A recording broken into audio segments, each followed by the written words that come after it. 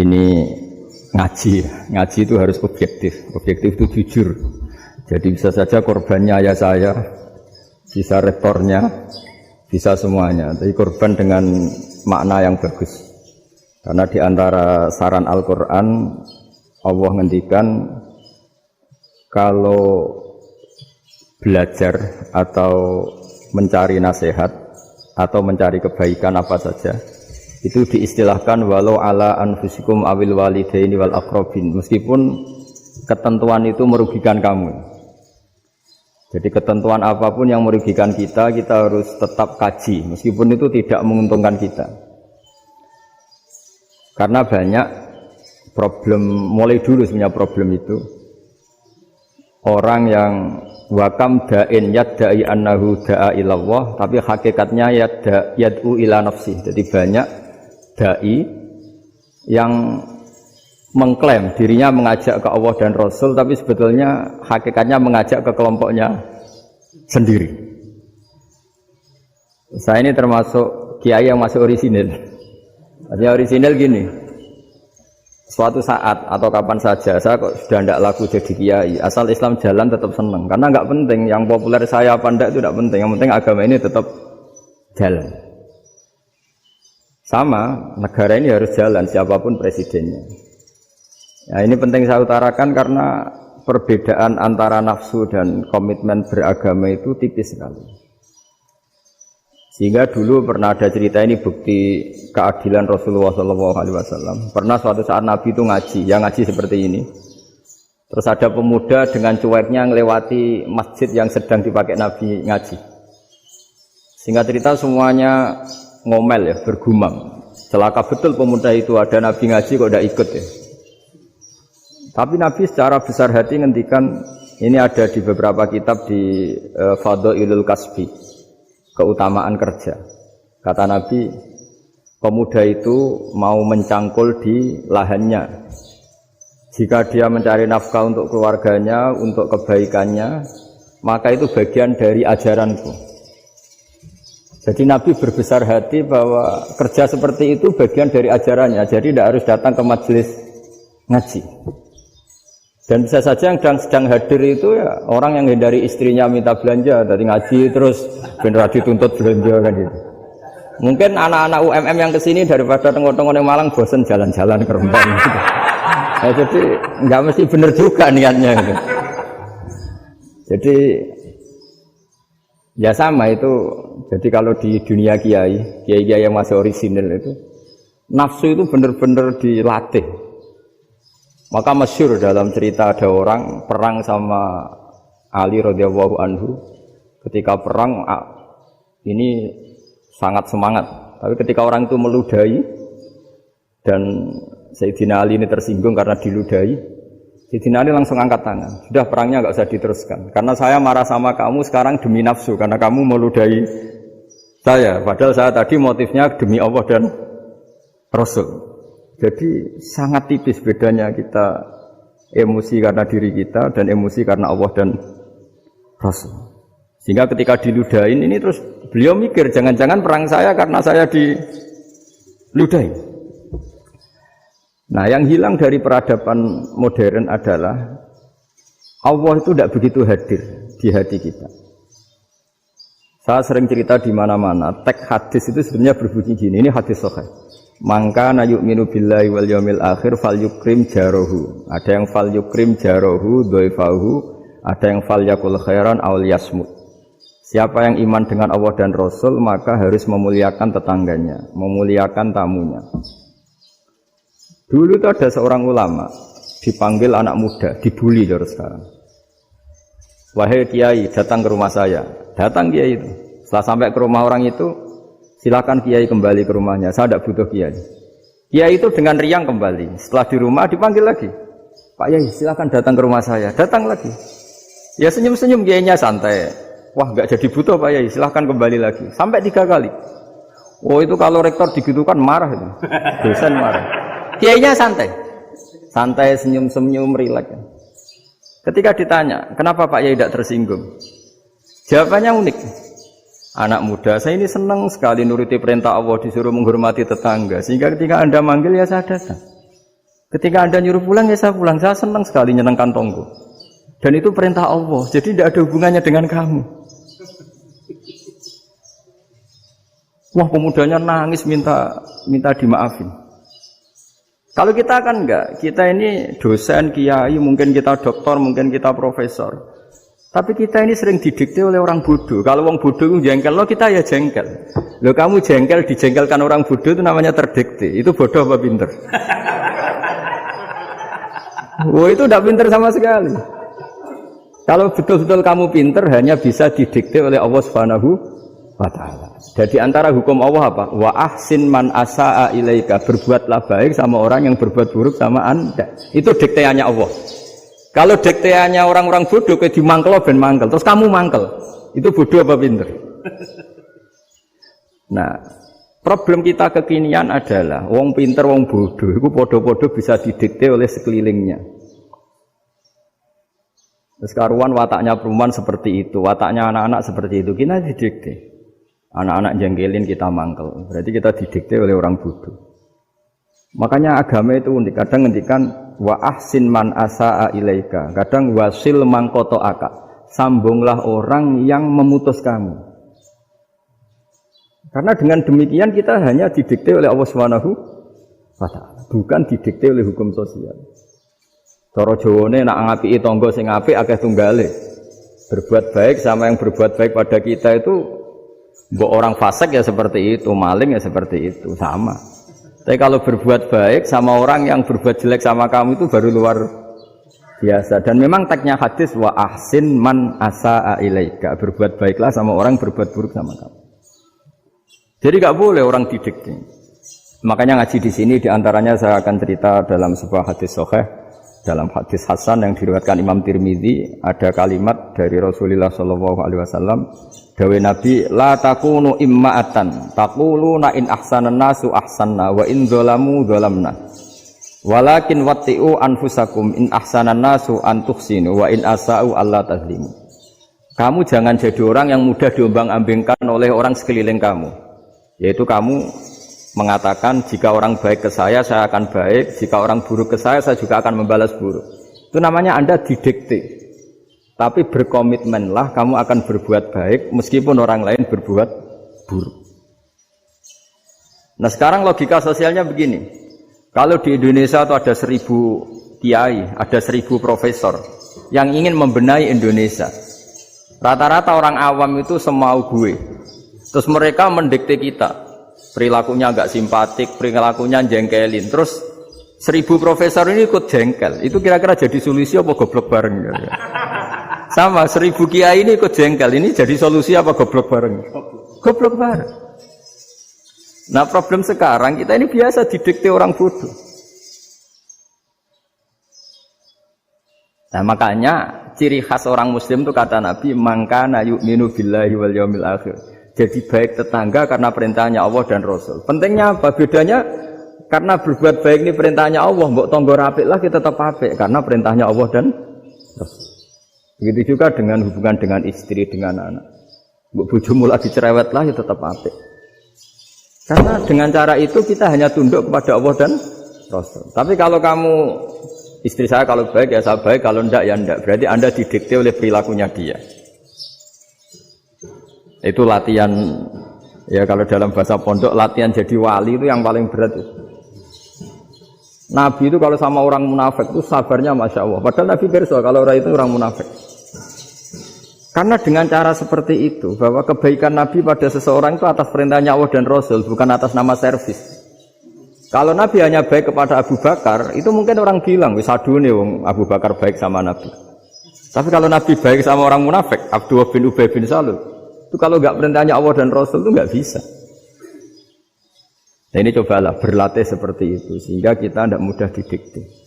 Ya saya ulang lagi nggak mudah apa? Didikte. Maka di antara kebaikan Allah dan Rasul adalah bahkan orang zalim saja diberi jatah rahmat. Makanya tadi seperti mukadimah yang dibaca Pak Haris tadi, agama ini rahmatan lil alamin. Orang yang zalim saja dapat jatah apa? Rahmat, apalagi yang soleh. Nah kemudian yang perlu dicatat, kenapa kita menjadi enjoy dengan Islam? Islam itu adalah agama yang tidak didikte oleh materi. Jadi kalau Anda ingin makan enak, mungkin kalau pikiran kebanyakan orang, anak-anak muda yang milenial, yang gaul, ingin makan enak ya makan yang disukai. Misalnya sate atau bakso Malang atau apa. Kalau orang-orang yang jadi wali gak gitu cara berpikir. Ini yang masih orisinil. Ditanya, ini dunia baru kesulitan makanan, baru resesi. Cara makan enak gimana? Jawabannya lucu. Ya gampang, idamuhu alju. Idam itu lauk. Kalau kamu ingin makan lauknya paling enak apa? Alju. Kamu harus lapar banget. Sampai kalau puasa itu melihat tempe itu wah luar biasa. Tapi kalau kamu nggak puasa, air putih itu nggak menantang. Tapi kalau puasa, tempe air putih itu menarik dan Anda tetap lahap. Apa? Karena lauk terbaik adalah alju, yaitu lapar. Nah tapi kita ini enggak. Kita ini kayak orang bodoh. Kayak orang bodoh tadi, profesornya makan nyaman ya kalau sesuai selera. Nah itu kan sama dengan anak-anak ABG. Anak ABG itu makan lahap ya kalau yang disukai. Lalu bedanya apa ABG sama profesor? Kalau cara berpikir masih sama kan itu. Kiainya juga gitu. Kiai makan enak kalau yang disukai, kalau enggak. Lalu bedanya apa kiai sama orang awam? Orang awam juga gitu, makan lahap ya kalau yang disukai. Nah ternyata perilaku kita ini yang pintar sama yang bodoh sama maksudnya. Kalau kamu ingin berkasta lebih baik, itu cara makan enak itu apa? Idamuhu al-jur. Lauk terbaik adalah karena kita sangat lapar. Makanya masyhur dalam cerita-cerita tarikh sirah nabawiyah. Nabi diberi hadiah, beberapa hadiah. Di antaranya ada yang diterima, ada yang enggak. Termasuk yang dikembalikan itu dokter. Ada seorang raja memberi hadiah Nabi dokter Tobit. Itu sama Nabi dikembalikan. Karena dokter ini sudah lama kumpul Nabi itu gak pernah sakit. Akhirnya dokter ini putus asa, ini gak perlu diobatin. Ketika ditanya, kenapa ya Rasulullah engkau gak pernah sakit? Karena kita ini kaum, kita ini komunitas masyarakat yang tidak akan makan kecuali lapar. Dan kalau sudah makan berhenti sebelum kenyang. Jadi sederhana sekali pengobatan zaman itu. Sebagian besar penyakit itu pasti disebabkan kita ceroboh dalam hal makan.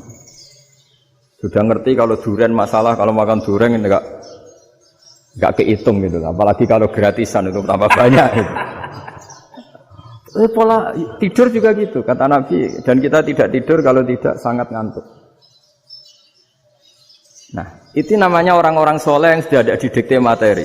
Kalau yang didikte materi kan bisa tidur nyenyak kalau kasurnya enak, AC gini-gini. Sebenarnya enggak, tidur enak itu ya kalau sangat ngantuk.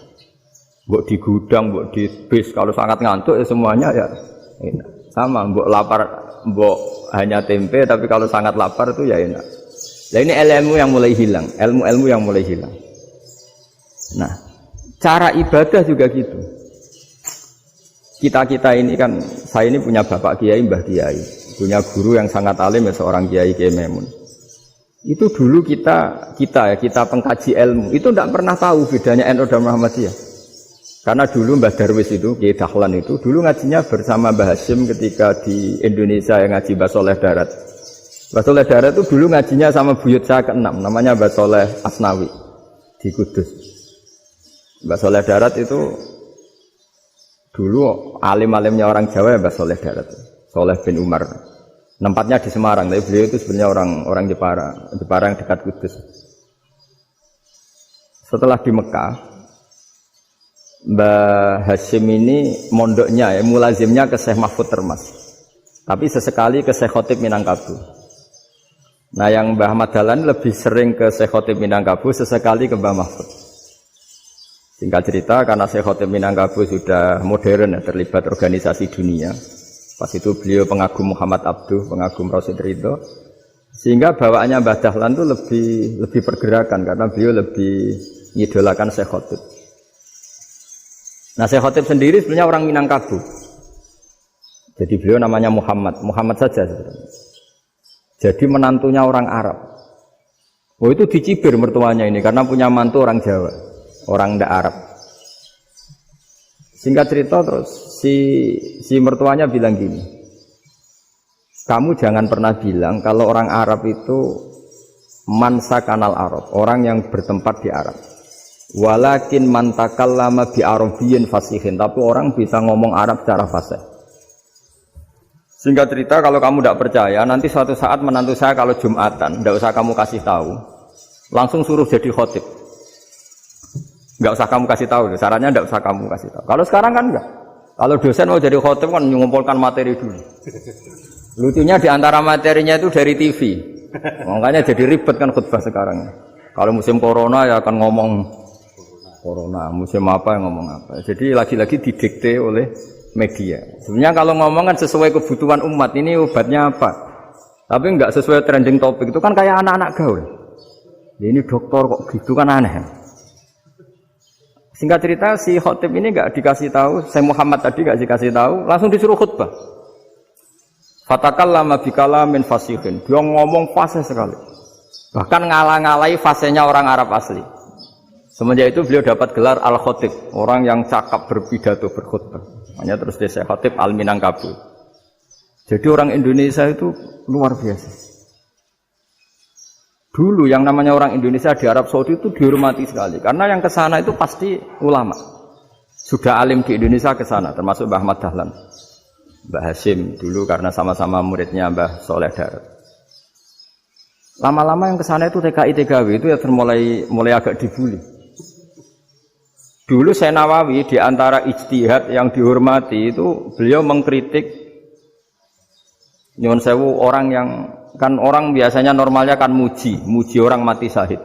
Hebat orang mati syahid itu hebat gini. Oke, kita sepakat orang mati syahid itu hebat.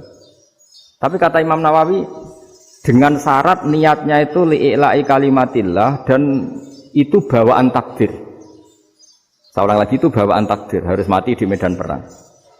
Tapi tidak boleh seseorang ini niat perang tapi niatnya supaya syahid. Karena kalau begitu berarti dia berniat supaya menjadi maktulal kafir, orang yang dibunuh orang kafir. Kedua, dengan dia mati berarti pasukan Islam berkurang. Berarti dia ingin pasukan berkurang, hanya ambisinya dia ingin langsung ke surga. Misalnya pasukan orang Islam itu 10, orang kafir 10. Kalau kamu ingin syahid berarti mati 1 kan, tinggal 9 kan. Nah kalau yang seperti itu 10 kan mati semua. Gara-gara ingin syahid akhirnya perang rapati tenanan, benang mati, benang mlebu swarga. Kata Syekh Nawawi, ya enggak. Kalau kamu perang sama orang kafir ya niat menang. Dengan niat menang ini kamu ingin li'ila'i kalimatillah. Tapi kalau kamu ingin syahid berarti kamu menuruti keinginan nafsu kamu yang cepat masuk surga. Itu orang Arab kagumnya bukan main. Karena di mana-mana orang itu dinilai dari niatnya. Paham ini ya? Tapi perang loh ya, dalam kondisi perang, bukan teroris. Perang itu artinya orang kafir yang ingin bunuh kita, itu perang namanya apa? Perang. Dulu orang cerita syahid itu hanya pokoknya syahid itu hebat, pokoknya syahid itu hebat. Syahid di medan perang itu hebat, pokoknya syahid di medan perang hebat. Tapi ketika Syekh Nawawi memberi penjelasan ilmiah, jika kamu perang ingin cepat mati, ingin cepat syahid, artinya ini untuk pemenuhan diri kamu, karena kamu bayangkan langsung masuk surga. Kamu lupa bahwa dengan kamu dibunuh, kekuatan Islam berkurang. Akhirnya beliau memberi penjelasan, syahid itu bagus, itu sebagai takdir. Hanya takdir itu kita perang yang ingin menang, tapi takdirnya mati. Jangan dibalik, oleh perang rapati tenanan, benang mati, namun lebu. Itu yang pertama, termasuk ulama yang pertama memberi penjelasan itu Syekh Nawawi. Akhirnya melahirkan kekaguman yang luar biasa dengan tafsir Munirnya itu. Terus beliau itu orang yang rileks kalau menjelaskan ilmu. Ini juga guru-gurunya Mbah Hasyim, Mbah Guru sama Mbah Hasyim, sama Mbah Ahmad Dahlan Syekh Nawawi. Jadi dulu yang alim di Arab itu ada Syekh Nawawi, ada Syekh Khotib Minangkabau, ada Syekh Bakir Jogja, ada Syekh Mahfud Termas. Itu orang Indonesia banyak sekali yang alim. Bahkan diantaranya yang dikagumi Al-Azhar itu juga orang Indonesia, nama Syekh Abdul Manan, itu mbahnya Syekh Mahfud Termas. Itu pertama ada duta besar Indonesia di Mesir, itu termasuk barokahnya Mbak Abdul Manan tadi, itu juga orang Indonesia. Jadi pemahaman ulama Indonesia itu khas, termasuk ketika memaknai apa? Syahid. Ketika memaknai apa? Syahid. Itu unik. Ketika Syekh Nawawi diuji dulu itu yang namanya ulama diuji dulu oleh 100 ulama. Jadi dulu ya ada kompetisi. Imam Bukhari diakui jadi ahli hadis itu diuji oleh mi'atu muhaddisin, 100 orang ahli hadis, sanad dibolak-balik, matanya dibolak-balik, tapi beliau tetap bisa mengembalikan proporsi sanad itu. Senawi pernah diuji gini. Ayul afdol al ulama awe salatin. Keren mana ulama sama raja atau sama orang-orang kaya, sama penguasa? Ya keren ulama. Terus dibully sama orang. Tapi setahu saya banyak ulama yang antri di rumahnya raja. Tapi saya tidak tahu melihat raja antri di rumahnya ulama. Ya kan kebanyakan kan mungkin ustadz atau kiai yang antri ngajukan proposal kan? Kan enggak. Nah, kalau raja kan enggak pati itu. Malah enggak usah antri. Kiainya sudah nyambut sebelum datang. Jawabannya lucu Senawawi itu. Dan yang tanya itu langsung diem. Ya karena ulama itu tahu fungsinya uang. Sehingga cara nyari sampai seperti itu. Sementara raja-raja itu tidak tahu fungsinya ilmu, makanya tidak pernah sowan ulama. Sehingga, jadi ya dianggap enteng saja. Ulama kan tahu fungsinya uang, tahu untuk pondok, tahu masjid. Sementara raja tidak tahu fungsinya ilmu. Jadi itu khas Jawa ya, khas Jawa, khas Indonesia. Apa-apa yang menurut orang banyak dengan tanda kutip itu buruk atau baik, itu orang Jawa menafsirkan tuh gampang saja.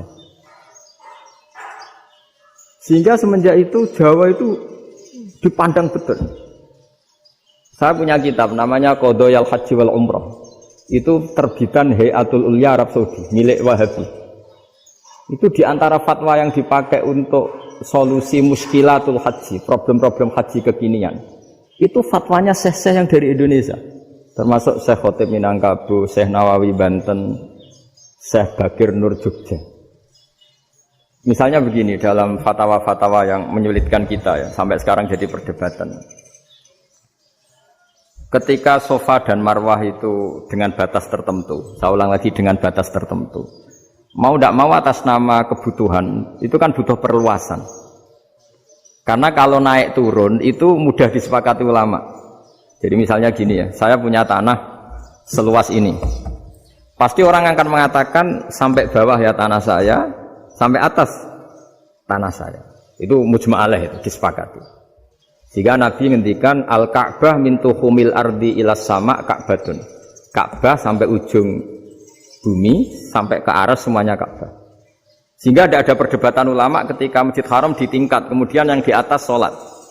Tetap dia menghadap Ka'bah. Tidak harus diluk melihat di bawah, enggak.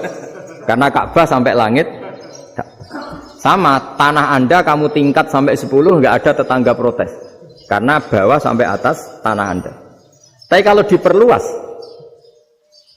tanah Anda kamu luaskan setengah meter saja atau 3 cm saja, iso geger mek tonggo. Karena di mana-mana batas itu ya tadi, kalau atas bawah miliknya, kalau samping enggak. Pertanyaannya, perluasan Mina itu ke samping. Perluasannya Matof yang Mas'ah itu juga ke samping. Geger kan ulama dunia. Bagaimana hukumnya Mina Jadid? Mina yang diperbarui atau Mina yang diperluas. Itu diantara rujukan baik yang membolehkan maupun yang menentang. Itu ya syekh-syekh Indonesia. Itu orisinal tuh. Saya punya kitab orisinal terbitan Hayatul Ulya, kira-kira ya kemenaknya Arab Saudi kalau di Indonesia itu. Itu yang dirujuk dawuh Syekh Nawawi, dawuh Syekh Khotib Minangkabau. Karena apa? Ada logika khas Jawa. Misalnya begini. Meskipun saya tidak perlu fatwa Mina Jadid sah apa enggak, memang jadi perkhilafan ulama. Misalnya kampung ini dinamai Mina. Pertanyaannya gini. Tanah yang di samping ini bisa milik Anda apa enggak? Ya bisa Gus kalau dibeli atau dihibahkan. Berarti tanah di samping Anda menjadi milik Anda karena ada proses pengambil alian lewat beli maupun hibah. Nah masalahnya ini negara itu berhak menganeksasi atau memasukkan ini sebagai Mina. Itu ulama Jawa kalau ditanya, alasannya apa? Fa innal muttasila bis-syai' hukmu dzalika syai'. Karena yang gantet, yang mutasil itu bisa dihukumi seperti sesuatu itu. Jadi kalau ini Mina, ya yang gantet Mina ini ya bisa dikatakan Mina. Beda dengan membuat Mina Malang Mina, wah itu tidak bisa, tidak mutasil kan? Itu enteng sekali ulama Jawa. Satu ya tentu karena kebutuhan, tapi asal masih al-muttasilu bihi, yang masih tanah yang masih mutasil. Nah, ketika perluasan mas'ah antara sofa dan marwah kan misalnya ini batas luasnya sofa, ini batas luasnya marwah. Lalu atas nama kebutuhan, sofa marwah itu sampai sini. Sampai agak meluas ke sini. Itu geger Arab Saudi. Wah, ini gimana? Padahal tawaf itu harus antara gunung Sofa dan gunung Marwah. Sa'i itu ya. Tapi kalau istilah Quran memang tawaf sama-sama. Makanya apa? Inna Sofa al-Marwata min sya'airillah faman hajjal baita wa i'tamara fala junaha alaihi ayyat tawafati. Nah, jadi kalau istilah sa'i di Quran itu masih tawaf. Karena harus ada, kalau bisa lah, bukan harus. Kalau bisa memang harus ada unsur muternya.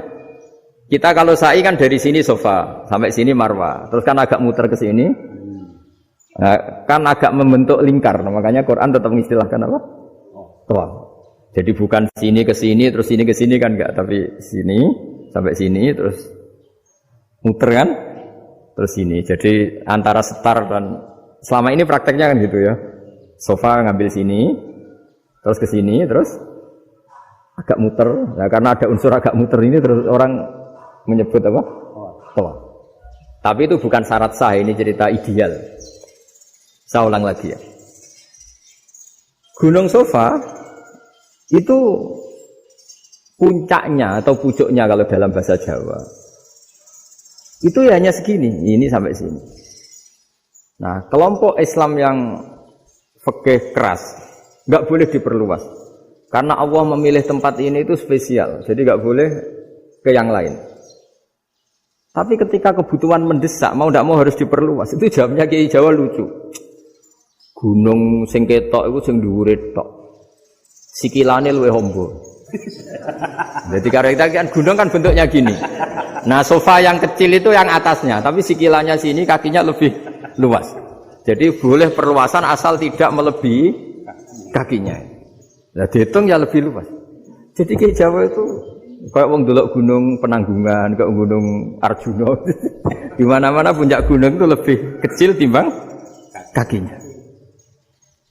Artinya diperluas ini bukan berarti tidak di sofa dan tidak di... Itu khas Kiai Jawa. Jadi jangan kira orang Jawa itu udah hebat sekali. Termasuk perkembangan hotel di Arab Saudi. Itu dulu sebelum ada hotel. Buyut saya kelima atau keenam dulu haji, namanya Badur Rahman.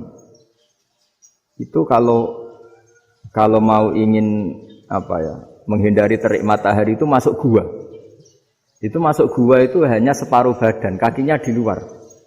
Jadi jangan bayangkan kalau gua di Indonesia kayak gua Akbar di Tuban orang bisa masuk jalan-jalan, enggak.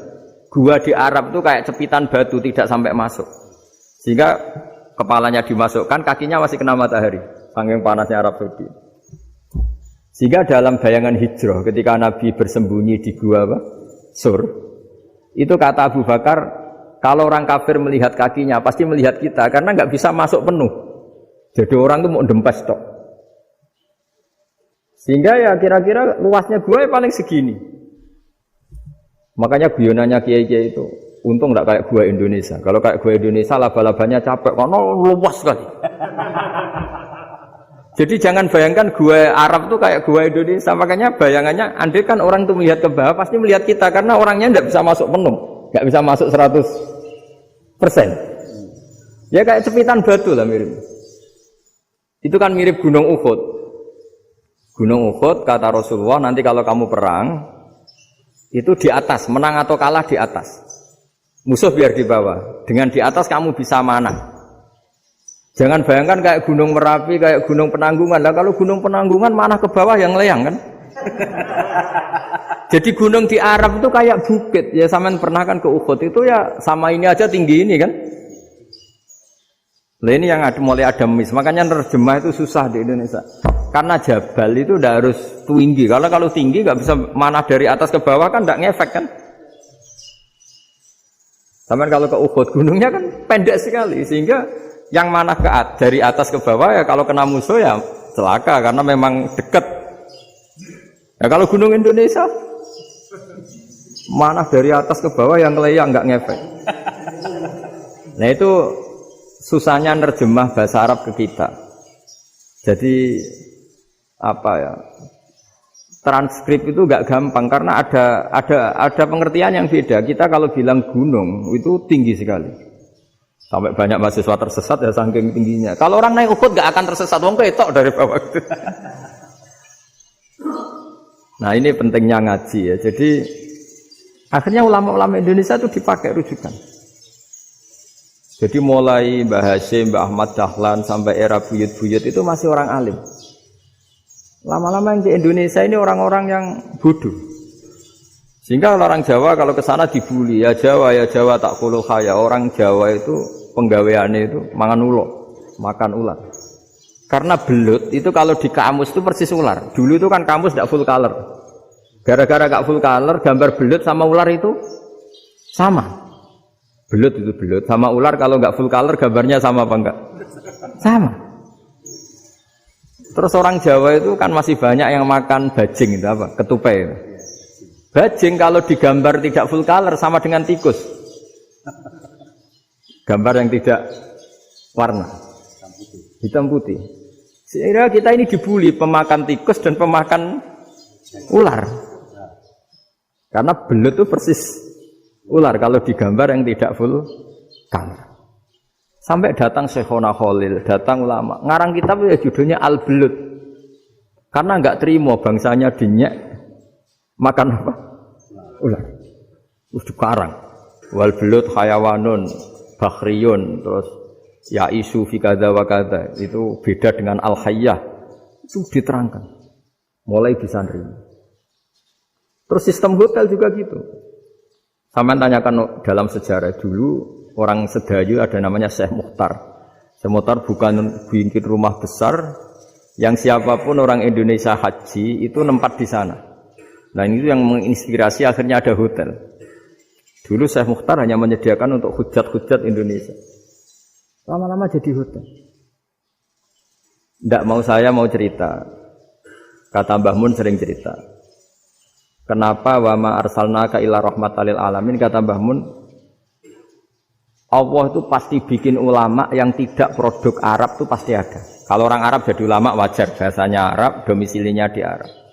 Tapi Allah akan selalu bikin ulama yang tidak bangsa Arab. Imam Ghazali itu Tus itu Persia. Imam Bukhari itu kira-kira kalau sekarang ikut Uzbek. Ya, Imam Bukhari itu kalau negara sekarang ikut mana? Uzbek.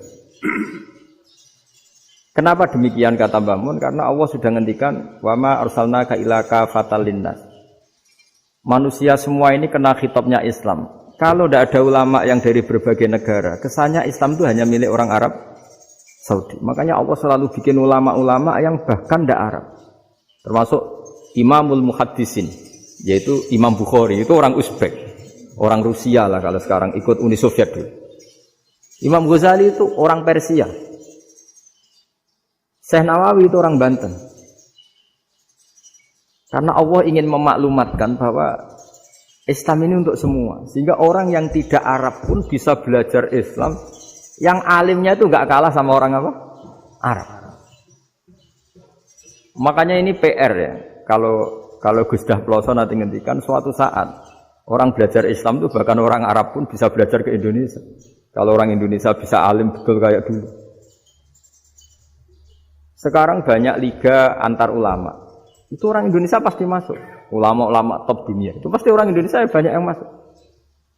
Karena tadi, ketika orang Indonesia baca kitab, itu orang Arab itu kagum. Kok bisa ada bahasanya baca secara benar? Bukan sekadar bisa baca secara benar. Karena memang dilatih sedemikian rupa di pondok-pondok. Makanya kita semua lah, yang alim di Indonesia itu kemana-mana ya pasti alim. Dulu putra Mbah Mun namanya Gus Zofur itu tahun pertama ya sudah the best di tahun pertama. Kalau tahun pertama the best-nya ilmunya bawaan dari sarang, dari keluarganya. Gus Najim mondok di Said Muhammad tahun pertama sudah dipuji sebagai yang teralim karena ya sanggup. Kalau dipujinya tahun ketiga, tahun keempat kan mungkin dapat dari sana. Ini tahun pertama. Saya ulang lagi tahun Karena pengajaran di Indonesia itu luar biasa di pondok-pondok. Makanya kalau dalam anekdot pondok itu cerita-cerita lucu itu. Ada orang Jakarta ngaji, setelah di kelas itu pelengahan terus. Melihat jendela, lihat pintu terus. Lama-lama gurunya marah. Kamu diajarin kok ndak punya sopan, melihat pintu terus enggak memperhatikan guru ya. Anak Betawinya jawabnya lucu. Habis Pak Guru bohong. Kenapa ya? Kamu Pak Guru bilang Ja'a Zaidun, Zaid datang. Tak lihat enggak ada yang datang. Setelah itu contoh nasab kan ro'a itu Zaidan. Saya melihat Zaid, saya enggak melihat Zaid. Contoh ketiga yang jar kan maror tuh di Zaidin. Saya berjalan ketemu Zaid. Pak Guru diam di situ enggak jalan-jalan. Jadi saking detailnya Indonesia itu diajari. Kalau rofa Ja'a Zaidun, kalau nasab ro'a itu Zaidan, kalau jar maror tuh di Zaidin. Nah si murid Betawi ini karena pertama sekolah, ngiranya gurunya itu cerita Zaid datang, makanya dia lihat pintu terus. Mana katanya datang kok enggak datang-datang. Nah dengan latihan seperti itu, kemungkinan orang Indonesia salah itu kecil karena memang dilatih betul. Saya ulang lagi karena memang dilatih betul. Sehingga ketika orang Indonesia ini yang cerita seorang wartawan, ini kisah nyata. Kalau ini tidak anekdot, kisah nyata. Ada wartawan internasional meliput Ramlah. Ramlah itu di Gaza, di Palestina. Wartawan Indonesia ini hanya bisa bahasa Inggris. Dijak ngomong bahasa Arab. Terus dia bilang saya tidak bisa. Saya tidak bisa, saya bisanya ngomong Inggris. Tapi apa yang terjadi setelah sholat, si Indonesia ini jadi imam pakai sholat jariyah lagi. Baca bismillah benar, bismillahi jar karena mudhof ilaih. Terus ketika iktidal ya benar, Rabbana lakal hamdu mil'us samawati wa mil'ul ardi benar. Ketika takhiyat ya benar, at-tahiyatul mubarakatuh sholawat. Sama orang Arab ini diambungi. Orang Arab kalau senang orang itu dicium. Kamu tawaduk, sebenarnya kamu itu ahli bahasa Arab. Karena orang Indonesia sekali sholat itu nggak ada yang salah. Meskipun benarnya karena hafalan, tapi bagi yang ahli nahwu itu hebat. Misalnya kita kalau ngapalkan kan bismillahi, bismi jar karena ba, Allahi jar karena mudhof ilaih, ar-rahmani jar karena sifat, ar-rahimi karena sifat. Alhamdu rofa karena mubtada, lillahi jar karena ada huruf jarli, Rabbi jar karena sifat. Sebetulnya tidak karena pinter, tapi karena hafalan. Tapi orang Indonesia hebatnya itu benar terus. Rabbana lakal hamdu, ya kan? Alhamdu rofa, terus mil'us samawati ya rofa karena sifat. Sehingga terus orang Indonesia kalau sholat di Timur Tengah itu dipuji. Karena makhrajnya ya benar, rofa nasabnya juga benar. Nah itu di negara lain tidak ada nggak Indonesia. Orang Cina itu sering bikin marah orang-orang Arab karena kalau dongo itu nggak fasih kayak orang Indonesia. Orang Indonesia kalau dongo ya Allahumma tohhir qalbi. Orang Cina ini yang jadi guyon di Arab. Allahumma tahir kalbi gitu. Itu kan bedanya jauh. Itu orang Arab pertama membiarin. Lama-lama kalbun entak gitu. Maksudnya asu-asumu gitu.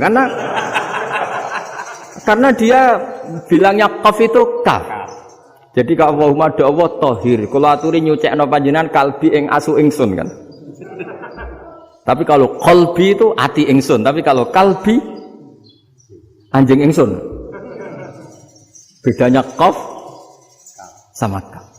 Ana arane kalbun entak. Asu-asumu maksudnya kan. Tapi padahal orang Cina itu paling dilihat teksnya ya pakai qaf. Orang Indonesia enggak, mulai kecil dilatih, sak fase-fase. Sampai ya sulit betul latihan Fatihah itu. Kalau di Kudus malah sampai 3 bulan Fatihah. Sampai at-tahiyyatu, kurang bersih. At-tahiyyat sampai gitu. Sampai ada cerita itu orang dipanggil maftuhin itu enggak melengak, harus maftuhin. Baru melengak. Tapi barokahnya itu orang Indonesia kalau dongo memang benar-benar Allahumma tohir qalbi. Ya Allah sucikan hati kami, bukan tahir kalbi. Karena sekali jadi kaf itu maknanya anjing saya, ya Allah sucikan anjing. Jadi ini orang Indonesia. Jadi kata Mbah Mun, dawe Mbah Mun, illaka fatal linnas, bahwa agama ini milik semuanya. Itu diantara bukti Allah menghendaki atau mendesain Islam seperti ini, orang yang belajar di Indonesia. Itu pengetahuannya Islam, pengetahuannya tentang Islam itu tidak kalah sama yang belajar di Al-Azhar, sama yang belajar di Arab Saudi. Makanya ini PR-nya UMM, PR-nya IAIN, PR-nya UIN. Bisa enggak sealim mereka dalam bahasa Arab? Nah, bahasa Arabnya man anta, ana zaidun. Jangan sampai, karena kita di sana ini kadang dibully. Orang Arab tuh kalau bully kita, sampai tak kasih cerita. Itu ngawurnya Masya Allah. Kata dia, ada anak orang Indonesia haji. Si anaknya orang Indonesia yang dijotos sama anaknya orang Arab. Dijotos, dipukul. Singkat cerita terus si orang Indonesia enggak terima, anaknya yang orang Arab dipukul. Yang balas bapaknya. Orang Arab tanya, lima ada dorobta ibni, kenapa kamu mukul anak saya? Itu orang Indonesia bahasa, wah aku biasa. Jadi hanya bilang gitu. Artinya anak saya dihada ya maka tak ada. Bahasa Arabnya gitu. Anak saya dipukul maka saya balas mukul.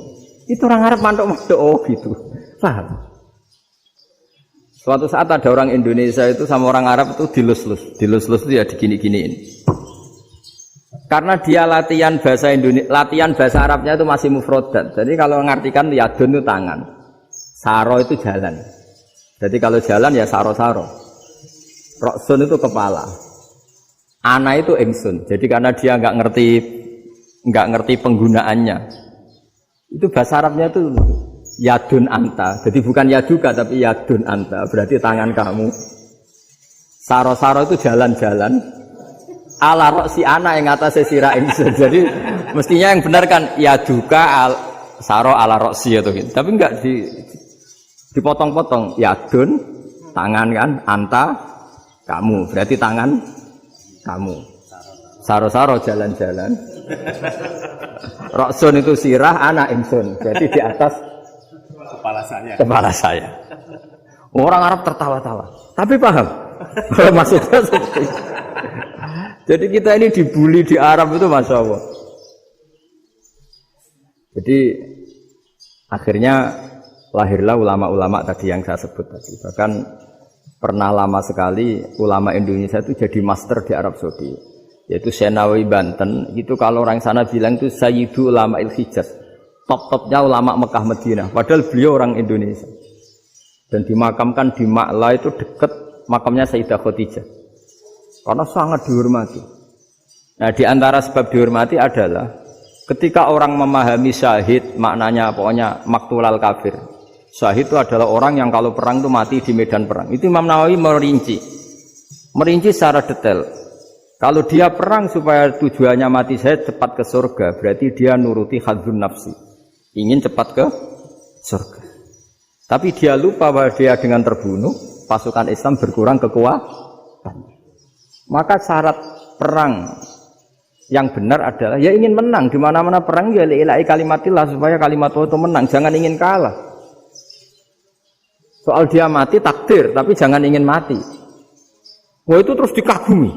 Ternyata memang, oh iya ya kalau pasukan Islam 10, kafir 10, kita ingin syahid, berarti ya kalau orang ingin syahid kan terus mungkin perangnya ada hati-hati, main ngawur saja terus kalah mati. Ya, kalon satu kan, terkurangi satu kan. Nah kalau semuanya 10 punya niat gitu, nah itu Syekh Nawawi. Syekh Nawawi itu orang yang begitu gampang nerangkan Quran. Bahkan ketika orang Arab kesulitan ngartikan famathaluhu kamathalil kalbi intahmil alaihi yalhas atau tatrubuna yalhas. Orang tomak itu ibarat kayak anjing. Anjing itu kamu kasih makan ya tetap melet, menjulur-julurkan lidahnya, kamu ndak ya ndak. Imam Nawawi ditanya, ma wajhu sibbi, lalu wajah tasbihnya di mana? Beliau menjawab fitoma. Jadi anjing punya dua sifat yang berlawanan. Di bab ilmu dipuji. Enggak ada hewan yang mudah menerima ilmu kayak apa? Anjing. Sehingga Quran mengistilahkan wa ma 'allamtum minal jawarihi mukallibin. Hewan yang mudah diajari itu oleh Quran dibahasakan sudah menganjing. Karena anjing adalah hewan yang paling mudah apa? Diajarin. Itu diakui oleh Quran. Wa ma 'allamtum minal jawarihi mukallibin. Tapi dia punya sifat yang sangat buruk sekali, yaitu enggak pernah puas. Makanya ketika Bal'am bin Ba'ura, ada tokoh yang kedonyan ya. Itu kalau diistilahkan Quran walakinnahu akhlada ilal ardi wattaba'a hawa. Famathaluhu kamathalil kalbi in tahmil 'aliyal has aw tatrukhu yalhas. Jadi anjing punya dua sifat yang berlawanan. Di bab ilmu dipuji karena paling mudah diajarin. Itu saya pernah ke Malaysia, diceritain sama polisi Malaysia. Anjing itu saking cerdasnya itu bisa deteksi CD palsu sama CD bajakan, asli sama bajakan. Itu kan enggak kebayang. Kalau narkoba mungkin masih ada bau khusus ya. Atau mesiu atau bom masih ada bau khusus. Ini enggak. Anjing itu dilatih ngecek CD yang asli sama yang palsu. Wah itu kebablas itu pinternya itu. Itu harganya itu 1 miliar lebih. Paling mahal. Jadi mungkin bisa deteksi ini dosen betul apa abal-abal itu bisa. Itu kiai betul apa kiai pesanan itu mungkin bisa. Itu saya punya kitab namanya Al-Hayawanul Kubro. Itu cerita prestasi-prestasi hewan. Itu yang berkuras-kuras sampai berjilid-jilid. Itu ya cerita anjing. Gak ada hewan sebaik anjing. Di bab itu ya, di bab sampai ya tadi. Ada anjing yang sangat loyal sama majikannya. Loyalnya Masya Allah, sopannya Masya Allah. Anjing itu mbok lama berbakti sama sampean, nggak mau tidur di ruang tidurnya sampean, dia tetap tidur di luar. Corong Jawa nggak ngelama. Suatu saat si raja ini minum, wisata minum. Pas mau minum diterjang sama anjingnya sampai tumpah. Kecewanya raja ini itu karena selama ini anjingnya sopan sekali. Sekedar ganggu di ruangannya nggak pernah, malah ini mau minum, minuman yang disukai diterjang anjingnya tumpah. Marah kan anjingnya di mana? Ternyata apa? Minuman itu anjing ini tahu kalau minuman itu beracun, diracuni oleh musuhnya. Itu saking hebatnya anjing sampai ketika ngawal rajanya itu tidak sekedar ada penjahat atau maling. Bahkan trik-trik kayak minumannya diracun oleh orang lain itu anjingnya tahu. Sehingga pas mau diminum diterjang sampai terus supaya enggak keminum. Makanya Quran istilahkan anjing itu apa? Wa ma 'allamtum minal jawarihi mukallibin. Hewan piaraan yang kamu ajarin nanti sampai sepinter anjing. Makanya Ashabul Kahfi itu ketika ngajak anjing tadi, beliau tidur, anjing itu tidurnya bil wasit, wakal buhum basitun dhira'aihi bil wasit. Jadi dia tidur dalam posisi siaga. Loh coba anjing itu enggak pernah sekolah. Karena dia posisi menjaga, tidurnya itu kayak siaga gini. Bukan ngorok madhep ke atas terlentang itu enggak. Andai kan dia tidur terlentang itu kan yang mau mengganggu kan, wah sunai turu itu enggak. Dia tidur posisi siaga, makanya disebut lawit tolak ta'alaihim lawalaita minhum firaran. Kalau kamu melihat anjing itu pasti lari karena dia posisi siap merekam. Jadi tidur tapi posisi siap merekam. Jadi matanya tetap terbelalak kayak siaga. Padahal itu enggak diperintah, ya dia memang punya nalar untuk itu. Ini disebut wa ma 'allamtum minal jawarihi mukallibin. Dan dalam teori modern juga gitu. Tapi dalam hukum Islam yang dianut mazhab Syafi'i itu anjing tetap najis. Ya sudah najis ya najis, tapi ada mazhab lain yang mengatakan tidak najis. Tapi tidak usah ngurmat anjing, geger nanti kalau rektor kampus punya anjing. Tapi ilmu itu bagus untuk kelangenan kadang. Andai kan tidak ada mazhab Malik, maka kita kesulitan menceritakan Ashabul Kahfi yang hewan piaraannya itu anjing. Tapi misalnya anjing disucikan, kita juga nanti susah menjelaskan hadis Nabi malaikat itu tidak masuk rumah yang di situ ada apa? Anjing. Maka ilmu itu, makanya kata Imam Sa'roni, sebagian ilmu itu memang kelangenan, tapi nggak boleh jadi praktek. Tapi harus ada. Misalnya begini, contoh paling gampang. Api dalam mazhab Syafi'i kan alat pensuci hanya dua, air dan tanah.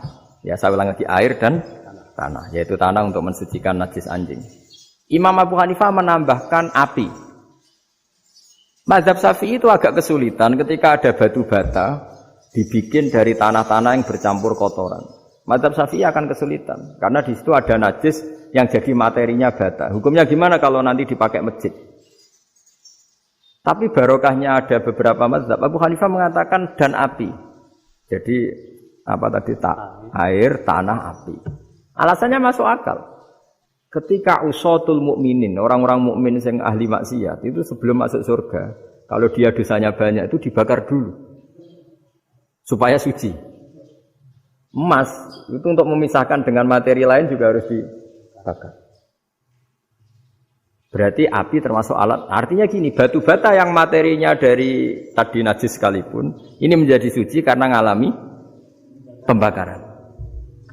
Tapi kata Imam Sa'roni, ilmu ini hanya sebagai ilmu. Jangan sampai kalau kamu mau wudu gak ada air terus membakar diri. Lah ini ribet kan.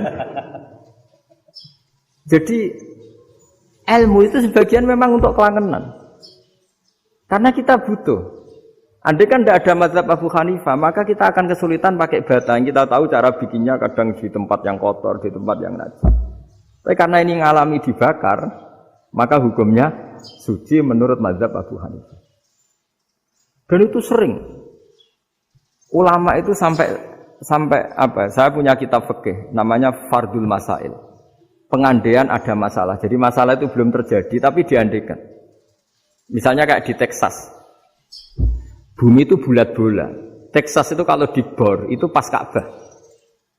Lalu kiblatnya di mana? Bumi ini kan hanya rubuk-rubuk seperempat. Yang ada arah itu seperempat. Tapi kalau Ka'bah itu sama Texas atau Texas dengan Ka'bah itu lalu kiblatnya mana? Mau sudah bebas arah. Maka ilmu mengatakan mara'ahu muslimuna hasanan fawa indahu hasanun. Kamu jangan nuruti ilmu hakikat tapi nuruti mindset. Kalau mainstreamnya orang banyak seperti itu, mindsetnya orang sana misalnya Ka'bah sana ya ikut sana. Tapi ini tidak mewakili hakikat karena kalau yang 380 derajat itu kan terus ribet. Makanya ini kesulitan di bab-bab fikih. Ya saya ulang lagi, kesulitan di bab-bab fikih. Makanya fikih itu selalu bicara, misalnya gini, ada orang sholat. Saya ulang lagi. Setelah salam pertama dia kentut, itu sholatnya batal apa enggak? Itu lama berdebat. Yang dikatakan rukun sholat itu salam pertama. Sehingga orang kalau sudah salam pertama, maka sudah keluar dari sholat. Maka kalau kentut enggak apa-apa, wong yang keluar dari sholat itu salam pertama. Tapi lalu pertanyaannya, kenapa Nabi salam 2 kali? Lalu yang kedua gunanya apa? Ribet kan, partai ini kalah pasti kalau ditanya gitu. Tapi kalau ditanya dibalik, sholat itu satu ibadah yang dimulai dengan takbir, yang diakhiri dengan salam. Berarti salam pertama itu pengakhir apa nunggu salam kedua? Pertama, di semua ulama bilang salam pertama. Kalau salam pertama sudah pengakhir, berarti pembatalan setelah itu nggak punya efek, nggak punya akibat. Itu kan ribet. Debat fikih itu memang ribet. Fikih itu memang senam otak karena pertanyaannya mirip-mirip seperti itu. Nah, sampean milih mana? Milih salam pertama apa salam kedua? Pasti ulama milih salam pertama. Jadi anehnya fikih itu di situ. Misalnya orang mati. Takbir itu berapa kali? 4 kali. Andai kan takbir 5 kali itu batal apa enggak? Satu ulama mengatakan 5 kali itu batal. Karena rukunnya sholat jenazah itu takbir 4 kali. Berhubung ini rukun, kalau nambahi ke 5, berarti menambahkan rukun. Kayak kamu sholat, rukuk 2 kali kan batal. Sujud 3 kali, batal. Karena menambahkan apa? Rukun. Berarti kalau takbir 5 kali, batal. Tapi pertanyaannya, takbir itu adalah wiridan biasa, sehingga kalau ditambahkan nggak punya akibat batal. Jadi perdebatan ulama itu kadang ya lucu. Kayak kemarin Pak Haris pas pertama bertamu ke sini mau ngundang saya, tak ceritain. Dulu sholat jenazah itu pasti mayit di depan. Karena lazimnya sholat jenazah itu mayit di depan. Tapi mulai dulu ulama sudah berpendapat, andai kan jenazahnya di belakang pun tetap sah. Fa'innal janazah laisat diimamin. Karena jenazah itu tidak imam. Kenapa harus di depan? Oh, tidak imam kok harus di depan. Itu mulai dulu. Sehingga ketika Arab Saudi pernah mengalami tragedi, ada orang yang dibungkus kayak mayit, ternyata senjata. Setelah di dekat Ka'bah dipakai dulu tragedi tahun berapa itu. Pokoknya pernah ada tragedi itu. Semenjak itu Arab Saudi kalau ada orang mati tetap di kamar mayit terus ada sholat jenazah. Padahal mayitnya di belakang yang jamaah. Jadi meskipun kita tidak akan bikin ajaran baru jenazah di belakang ya tidak keren kasihan kan. Tetap biasanya di depan ya di depan. Tapi meskipun jenazah ini di depan, kita tetap berpendapat, andai kan di belakang tetap sah, tapi nggak usah dipraktekkan. Nah, pentingnya ilmu ini begini. Saya misalnya di Rembang, boleh nggak nyolati ghaib jenazah yang di Surabaya? Boleh kan? Padahal yang kita solati di belakang. Jadi ilmu itu penting. Cocok tidak cocok, nama ilmu itu penting. Terus ada gini lagi pertanyaan di fikih. Memang saya sengaja akan ngaji fikih. Kalau ngaji intelektualitas orang Muhammadiyah juara lah. Tapi ini ngaji fikih. Ada orang sarongnya itu pas sampai lutut. Kalau berdiri lututnya tertutup. Tapi nanti kalau ruko agak jengking lututnya terbuka. Itu batalnya nunggu ruko apa mulai takbir sudah batal? Padahal pasti nanti batal kalau ruko ini. Itu ada ulama yang mengatakan ya batalnya nunggu ruko. Bagaimanapun terjadinya pembatalan waktu ruko. Ada ulama mengatakan yang enggak mulai awal sudah tidak sah itu karena pasti ngalami.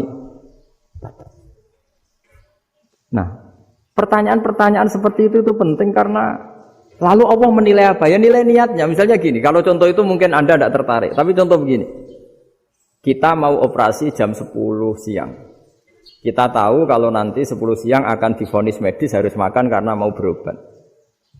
Malamnya itu kalau kamu orang soleh, bayangkan kamu orang soleh. Kalau tidak orang soleh kan tidak punya komitmen. Kamu milih niat puasa, apa enggak jam 10 mesti mokak menisan raposo. Kamu orang soleh. Kalau kamu orang soleh pasti milih puasa karena ini Ramadan. Meskipun nanti jam 10 pasti disuruh batal sama dokter. Setidaknya kita berpikir gini, nak mati jam itu paling enggak ditulis saya sebagai orang yang puasa.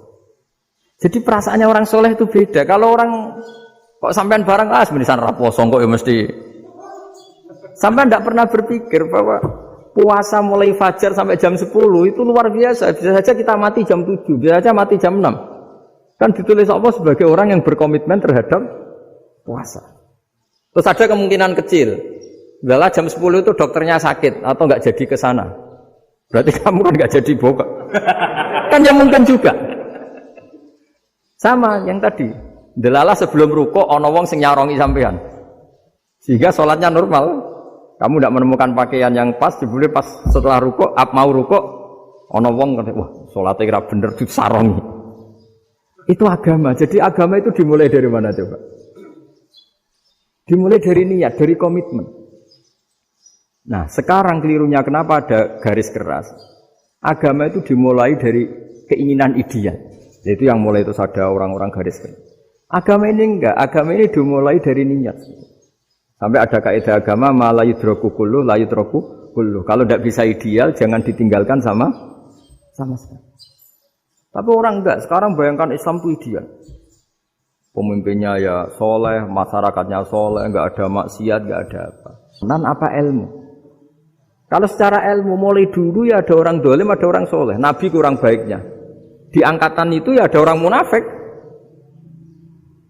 Sehingga ulama itu sudah berpendapat ideal itu piye? Zaman Nabi saja ada orang apa? Munafik. Itu ilmu. Kalau nuruti kelangenan inginnya dunia ya steril, enggak ada maksiat, enggak ada. Dan agama itu diciptakan Allah itu memang unik. Calon Nabi misalnya, Nabi Musa itu sing rumat Fir'aun. Ketika Nabi Muhammad lahir, sing ribet manitia ini Abu Lahab. Orang dosen UMF. Coba. Karena Allah ingin memaklumatkan ke kita bahwa agama ini akan hidup di kondisi apapun. Asia, istrinya Fir'aun, itu termasuk mukminah yang dipuji Quran. Padahal dia bukan istrinya pengurus NU atau pengurus Muhammadiyah. Istrinya Fir'aun. Tapi itu pelajaran bagi kita bahwa orang-orang baik itu tidak harus di lingkungan yang baik. Masjid paling makmur itu kadang di dunia mungkin ya jangan bakas Mekah Madinah itu karuan. Mungkin di antara masjid yang makmur justru yang di Kanada, di Amerika mungkin. Karena merasa minoritas tuh perpustakaannya ada, kajiannya ada. Tapi banyak masjid di daerah pesantrennya malah sepi. Karena kiainya tahu jamaah di masjid itu wajib. Lalu itu ada daerah pesantren, saya ulang lagi ada daerah pesantren.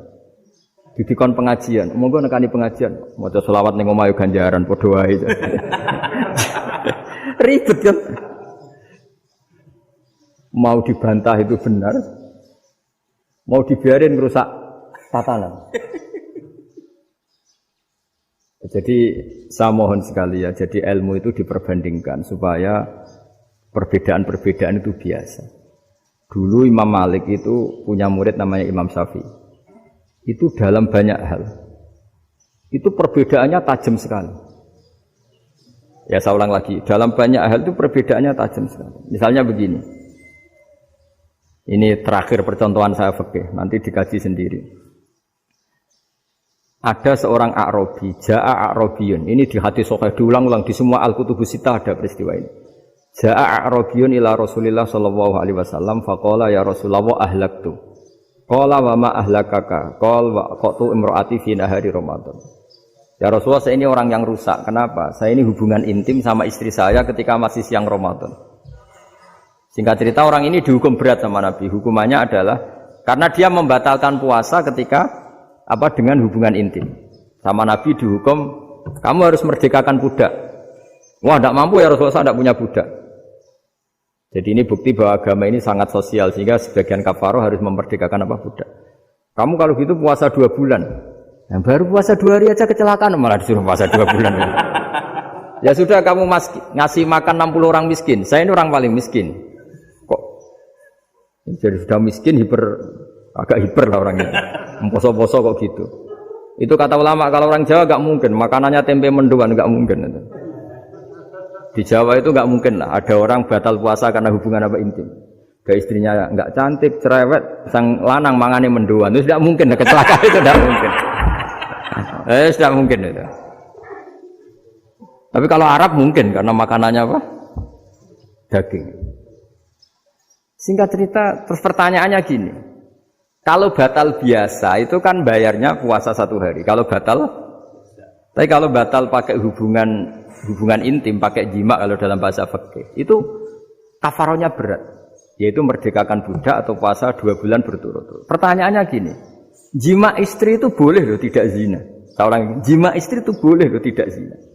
Itu kan hukumannya berat. Nah terus Imam Malik berpikir kalau gitu tidak harus jima dong. Poso-poso, ora ana uzur, ora ana apa terus nyate. Esuk mangan bakso. Tanpa ada alasan syar'i. Hukumnya harus sama dong. Karena jima hukumnya boleh, berarti semua iftar, semua pembatalan puasa yang tidak ada uzur syara' maka hukumnya sama, yaitu sanksinya sama.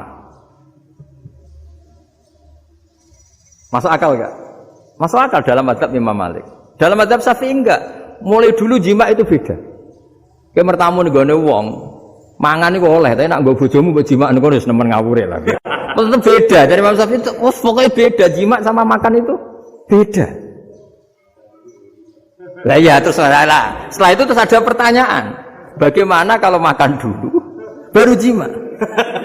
Ribet kan? Makanya itu sampai dibabkan Kitabul Khilafil Fiqhi, bab merekayasa fikih. Makanya itu perdebatannya orang Hanafi sama Imam Syafi'i juga sama. Ada orang jam segini lapar sekali. Kalau langsung makan kan kena sanksi. Ya pergi aja dulu. Pura-pura ngaji ke Gus Bah gitu. Nanti kan jadi musafir kan? Wah, itu sudah boleh itu kan. Musafir. Padahal enggak. Memang dia pergi itu karena supaya bisa makan. Mau enggak kepikiran ngaji kok tahu-tahu ingin ngaji. Mumpung Ramadan nah. Nah makanya dibabkan. Apakah boleh merekayasa fikih? Tapi fikih bisa apa coba? Dengan status kamu musafir, ya memang boleh iftar, boleh berbuka. Nah itu terjadi terus perdebatan ulama menyangkut fikih. Karena memang masalah furu'iyah. Sehingga termasuk perdebatan kita dalam perilaku. Misalnya adat orang NU kalau habis salam itu menghadap ke kiblat, karena arah terbaik itu kiblat.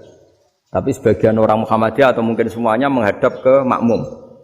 Itu memang teks hadisnya itu kita yang meneliti hadis itu semua syarah itu berdebat. Nabi memuji kiblat itu arah terbaik, oke. Tapi di bab itu Nabi itu aqbala alaina, menghadap ke kita. Lalu pertanyaannya, kenapa menghadap ke kita? Ada mengatakan karena Nabi memang punya tradisi kadang ngendikan. Ya tentu dulu istilahnya tidak kultum, nggak ada istilah itu dulu. 7 menit itu nggak ada. Tapi ada ulama yang analisis begini, termasuk kitab Fathul Bari. Nabi itu tokoh sentral, taruh lagi Nabi itu tokoh sentral. Ini kata kitab Fathul Bari, bukan kata saya. Nah, orang-orang yang imamu kaumi, orang-orang yang jadi imam di daerah masing-masing, tetap kalau sholat itu ikut Nabi. Ikut Nabi setelah salam langsung pulang. Jadi sebetulnya salam langsung pulang itu ada sejarahnya, karena dia mau jadi imam di daerahnya. Nah, tidak kebayang kalau Nabi itu madhep kiblat. Kalau Nabi madhep kiblat, orang yang masbuk yang barusan datang pasti langsung usolli misalnya fardhu isya'i misalnya. Terus makmum Nabi, padahal Nabi sholatnya sudah selesai. Jadi intinya gini kata Fathul Bari, imam setelah salam itu harus bikin gerakan atau omongan atau apa saja yang menunjukkan kalau sholatnya selesai. Di antara gerakan itu adalah beliau harus menghadap ke hadirin atau menghadap ke utara atau apa saja yang penting menunjukkan kalau sholat ini sudah selesai. Itu fikih. Jadi fikih itu cara menganalisis itu memang unik. Karena kalau Nabi tetap seperti itu, posisi pancet seperti itu, maka orang yang baru datang mengira Nabi masih sholat. Nah, pertanyaannya kalau mereka sudah takbir malah sholatnya tidak sah. Kenapa tidak sah? Menggantungkan sholat atau mengikatkan sholatnya dengan orang yang sudah tidak sholat. Jadi menjadikan orang yang enggak sholat sebagai imamnya kan enggak boleh. Maka Nabi harus memaklumatkan dengan gerakan itu bahwa beliau sudah tidak sholat.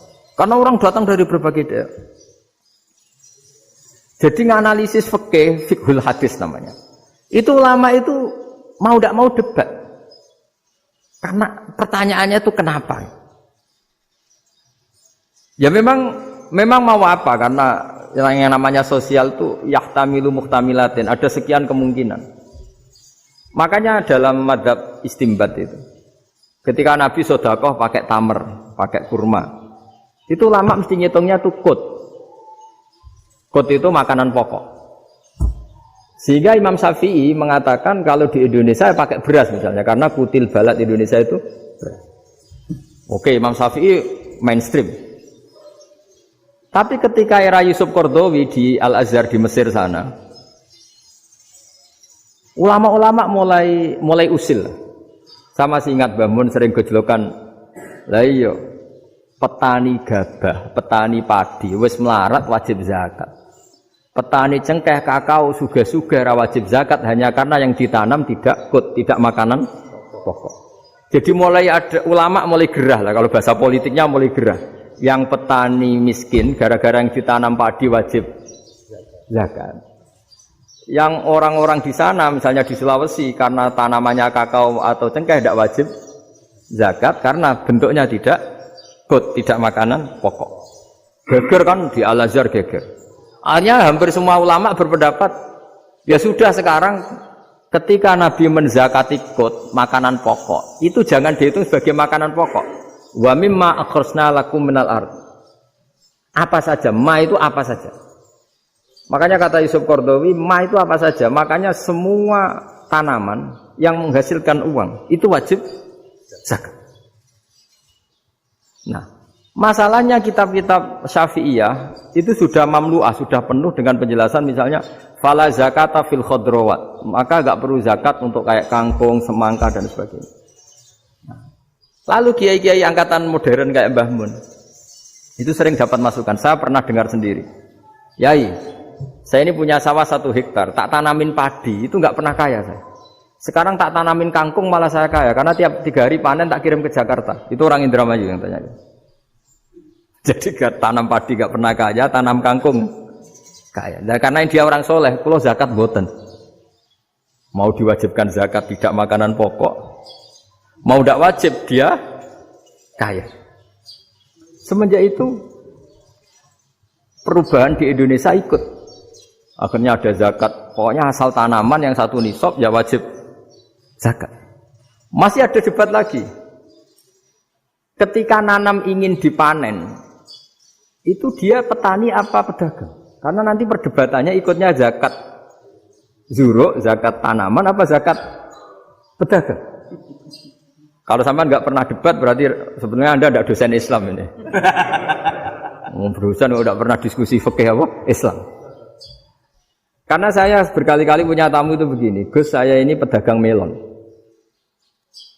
tapi dia penanam melon, jadi pedagang yang agak ingin badi banyak. Itu caranya gini Pak Rektor. Saya misalnya pedagang melon, daripada saya kulak di pasar atau dari petani sudah mahal, nyewa tanah sekian hektar terus ditanami melon. Setelah berhasil, ini dia zakatnya tanaman apa zakat pedagang? Karena dia nanam itu mentalnya sudah pedagang. Padahal nanti zakatnya beda kan? Yang satu 2,5%, yang satu rubul usur sama nisul usur sama usur, 1/10 sama 1/20. Kalau zakatnya zuruk kan 1/10 atau 1/20. Yang satu rubul usur, kira-kira 2,5. Saya ulang lagi ya. Jadi di era modern itu kita jadi bingung, pedagang tapi gayanya petani, petani tapi hakikatnya. Jadi gampangannya gini ya, kalau saya pedagang beras, kok saya kaya raya, itu mendingan nyewa sekian hektar untuk ditanamin beras, padi ya, daripada tengkulak, daripada beli. Akhirnya perdebatannya ini zakatnya pakai apa? Misalnya tebu, misalnya petani tebu. Oh jelas kalau juga nanam tebu itu ingin dijual. Masa apa itu es tebu berhektar-hektar? Lah kira-kira kalau menurut jenengan ini zakatnya zakat apa? Tijarah atau zakat tanaman? Mentalnya tijarah, mentalnya pedagang. Nah ini saya hanya mau cerita. Khilaf, kadang-kadang orang angen-angen. Khilaf itu enggak mungkin enggak. Ya sama seperti NU dan Muhammadiyah selalu khilaf awal Ramadan. Itu memang enggak bisa enggak khilaf. Misalnya begini. Saya beri contoh ya. Karena kadang yang khilaf juga enggak pernah belajar. Lucu kan? Tak beri contoh ya. 2001 itu abad keberapa coba? Tahun 2001. Abad 21 abad 20? Abad 21. Jadi meskipun terpaut 1 tahun, padahal abad itu 100 tahun. Nah, pikirannya orang-orang Muhammadiyah seperti itu. Hilal kalau sudah melewati garis ufuk, meskipun setengah derajat atau 1 derajat itu sudah ikut bulan berikutnya. Sehingga ya sudah, meskipun sekian derajat sudah dianggap Ramadan. Nah, pikirannya orang NU enggak. Harus ru'yah bil fi'li. Itu sebetulnya lagi-lagi sebenarnya tidak masalah NU dan Muhammadiyah, itu di kitab-kitab ya seperti itu. Kita ini enggak biasa goblok ya. Artinya kita yang keluarga kiai tahunya kunut mazhab Hanafi, tidak kunut mazhab Syafi'i. Tapi tahu-tahu ini mazhab NU, ini mazhab itu aneh itu menurut kita ini anggap apa? Mana ada Muhammadiyah jadi mustahid, mana ada NU jadi mustahid. Jadi sebetulnya orang tahu semua lah kalau Abu Hanifah itu tidak kunut, Imam Syafi'i itu kunut. Imam Syafi'i pernah main di masjidnya Abu Hanifah ya tidak kunut, ditanya kenapa tidak kunut? Jenengan itu presiden kunut, tidak sanggup mati Abu Hanifah. Dulu ya biasa aja. Sekarang geger, ya karena tidak punya kegiatan. Sebenarnya itu nggak masalah, mulai dulu biasa. Saya teruskan ya. Nah, menurut mayoritas ulama nunggu ru'yah bil fi'li. Ru'yah bil fi'li itu gini. Mata telanjang bisa melihat karena agama ini menggantungkan perintah itu sama melihat. Kalau kamu tidak melihat itu bagaimana kena hukum? Ibarat gini, Pak Rektor datang ke rumah saya tapi saya nggak tahu. Kena nggak saya hukum harus menghormati? Dia datang nggak sembunyi-sembunyi. Saya kena hukum harus menghormati ya kalau melihat, kalau enggak ya enggak. Tapi Pak Rektor tetap bilang, tapi saya hakikatnya datang. Jadi saya datang itu. Itu kan ribet. Akhirnya ya sudah, itu nggak ada khilaf sampai mati ada khilaf karena yang satu menggantungkan hukum itu digantungkan sama tahu. Kalau tidak tahu ya, misalnya baju saya ini hakikatnya ada najis. Pas sholat saya tidak tahu. Sholat saya sah apa enggak? Sah. Karena hakikatnya, ya memang saya tidak tahu. Tapi hakikatnya ada najis apa enggak? Ada. Ya sudah, itu sama-sama masuk akal. Ada lagi khilaf yang mau senam otak. Fasyamu salasati ayamin fil haji wa sab'atin idza raja'tum. Singkat cerita ada satu pelanggaran haji yang kata Allah kafarohnya itu puasa 3 hari sama 7 ketika kamu pulang, idza raja'tum, ketika kamu pulang. Dalam mazhab Syafi'i yang namanya pulang itu yang haji sudah sampai rumah. Di mana-mana pulang itu ya sampai rumah. Dalam mazhab Abu Hanifah enggak, ketika orang sudah balik kanan dari Arab Saudi, dari Mekah, ya namanya sudah pulang. Misalnya gini, ini Pak Rektor pamit saya, Pak Haris. Gus, Pak Haris mana? Ya sudah pulang kata saya, padahal sampai pandangan sampai depan. Tapi bagi keluarganya belum pulang. Lah lalu idza raja'tum ketika pulang itu bahasanya siapa? Bahasa istrinya apa bahasa yang ditamoni? Kamu ditamoni orang, terus tamunya mana? Sudah pulang. Tapi tanyakan istrinya, belum pulang. Khilaf-khilaf gini kok jadi geger itu kan goblok banget maksudnya itu. Jadi biasa, gini itu biasa.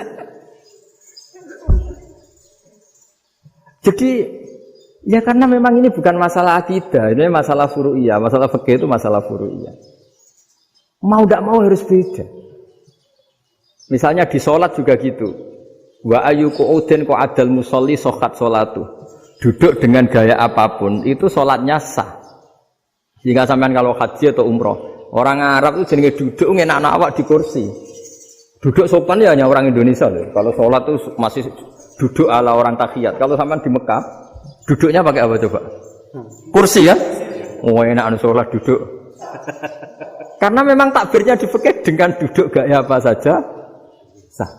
Makanya sengenak awak duduk di kursi. Ribet kan? Mau tidak disahkan itu namanya duduk. Mau disahkan masa iya sowan Allah kok duduk santai-santai gitu. Tapi mau apa? Ini fikih. Ya sekarang lagi ini fikih. Fikih itu ya sudah ini fikih. Makanya kalau ulama berdebat misalnya Abu Hanifah berpendapat sholat itu wajib baca Fatihah apa asal Quran. Dalam mainstreamnya ya Fatihah karena la sholata liman lam yaqra' bi Fatihatil kitab. Tapi cara Abu Hanifah enggak. Faqra'u ma tayassara minal Qur'an. Bacalah apa saja yang mudah bagi kamu. Asal itu Quran. Sementing gak gending Jawa, gak nyanyi lah. Ya sudah mau apa coba? Jadi ya susah memang kalau fikih itu ya sudah seperti itu. Ada lagi yang masih ekstrim misalnya. Yang namanya menyembelih hewan itu gimana coba? Dari hidup ke mati, apa pasti mati disembelih? Cara mazhab Imam Syafi'i yang namanya menyembelih, itu penyembelian harus menjadi sebab kematian. Itu yang sah. Karena lagi penyembelian menjadi sebab kematian yang syar'i. Sehingga beliau mensyaratkan hewan yang disembelih ini masih punya hayatun mustaqirrah, punya kehidupan yang normal. Sehingga kalau nggak disembelih ya hidup.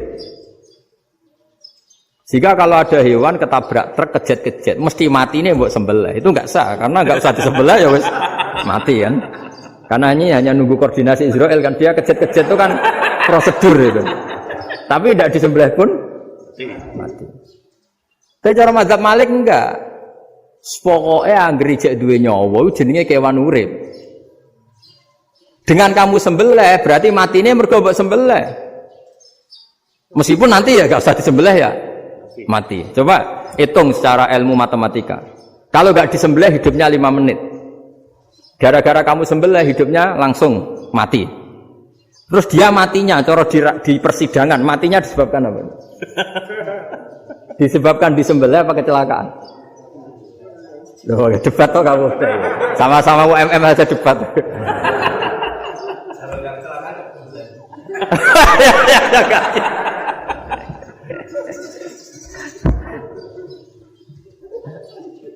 Loh, saya pernah mas ngalami nyata itu. Saya jalan-jalan sama anak saya pakai motor. Sampai di jalan raya gitu ada ayam jago ketabrak mobil, kejet-kejet. Orangnya tanya, Gus ini halal tau ora? Wis kanggo kon halal apa? Suatu saat dia nggak terima kan, tanya, kenapa Gus? Ya nak kiai ra pantes, masuk kewan mesti mati nek tak sembelih. Nak kiai pantes kan? Karena aku tahu kamu tuh gak kiai, mesti motifnya itu mergo jago, jajal cilik gak mau takokno. Ada kan ayam itu bayi kan gak ditanyakan.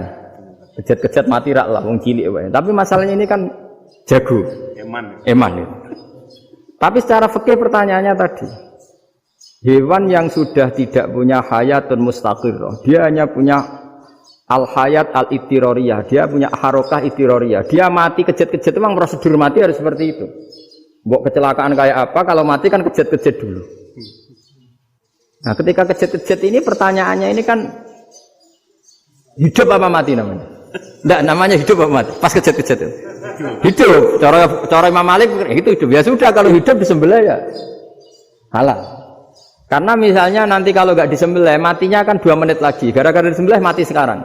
Tetap penyebab kematian itu nyembelih. Penyembelian ini sebab kematian. Tapi kalau Imam Syafi'i enggak, cara berpikir wes nemen, paling roh besok kaget langsung mati.